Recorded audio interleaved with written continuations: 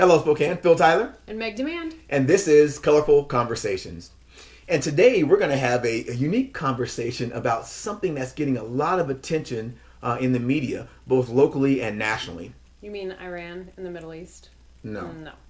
We're not going to talk about that in this conversation. But what we are going to talk about is the royal family. And quite specifically, Prince Harry and Meghan Markle. And what's funny and how we came about this conversation is the other morning we were waking up, getting ready to head to the gym, and I turned on our local news just to see what the weather was and these kind of things. And they had a story on our local news about Prince Harry and Meghan Markle taking a step back from the royal family. And you said, how is this news? And I said, who the hell cares? But we care because we know not exactly what they're going through, but we know what they're going through and why.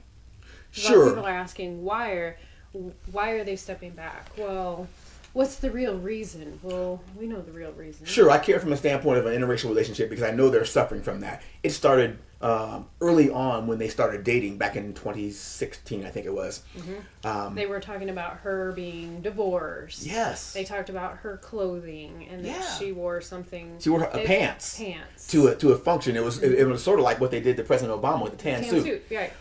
They talked about her exotic DNA. Right. And as they continue to date and when they wed, they talked about the prince went from a bloke to the prince of woke. As if you marry a black woman or a black man and all of a sudden you become woke. And I don't think a white person becomes woke about what you've gone through. For me, it's been I've learned more about what you go through on a daily basis. Sure. It's made me much more protective of you. Yeah. And so when he's done his interviews lately, and I've seen him, that he's more protective of being Prince Harry? Yes, that he's more protective of her, and he wants to take her out of those situations. I can completely understand how he feels. Yeah. Well, let me say this as we start early on.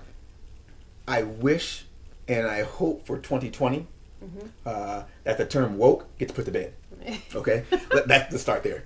But when we go back to Prince Harry and Meghan Markle, we really can relate to that because all of the detractors, the negative media attention has a bit of racist undertone to it, right? Oh, even our local media, and how I've noticed how black people get treated here with our local media.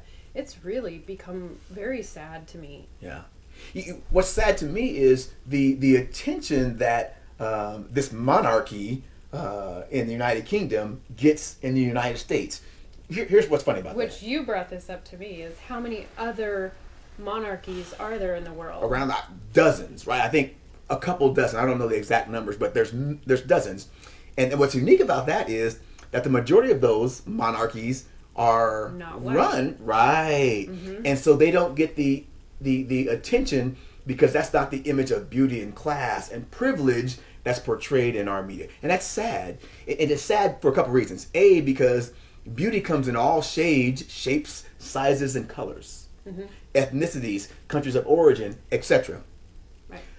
But number two, what's most sad about giving this grand coverage, if you will, to the royal family is, didn't we fight a revolution in 1776 because we didn't like that behavior? I don't understand the Americans being so interested in the royal family, because isn't a democracy what we've fought for and gotten away from a dictatorship? And especially when we talk about that in today's with our leadership today, that's very controversial. So. Yeah, it for me, that? you know, I when I'm talking to the brothers and the sisters, they're not worried about the royal family, right? That doesn't resonate with them.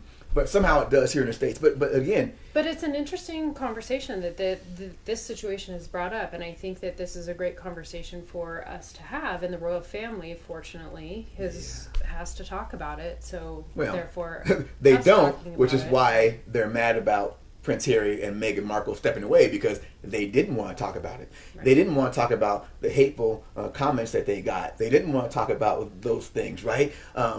But the Prince Harry, as you described so eloquently, is standing up for his bride, and because he's doing that, he's not acting with purity, or he's not doing what is right by the monarchy. He's a grown man, and she's a grown woman. Yeah. You know, for he's me, protecting his family. Right. For me, when I watch that again, I still go back to the American Revolution. You know, we disliked a monarchy. We fought a war because of a monarchy, because they were doing things like taxation without representation. That still exists. That's how the crown, if you will, makes its money. It taxes its citizens, right? And they get to use that money for their purposes. Now the argument is, yes, they bring in tourism and these kind of things, and it's much more than a taxation. But the point is, you know, if we fought so vehemently against that, why do we highlight it now in 2020? And why would it be so bad for them to pull back? I mean, and do you think, and this keeps coming across, I don't really feel like they're talking about the underlying reason what's going on here. No, and not at all. We read a few articles, and we're researching this a little bit, and are they really pinpointing that it is about racism? Oh, sure. There is no doubt that the stress and strain that they're under is a undercurrent of racism. I mean, you can go back to. But people are they actually saying this is why? Some media outlets are saying that, you know, but there are a lot that aren't. They're saying they didn't follow procedure. It's not, you know. I find it procedurally. What they're missing is even known superstars of our time, Katy Perry, right?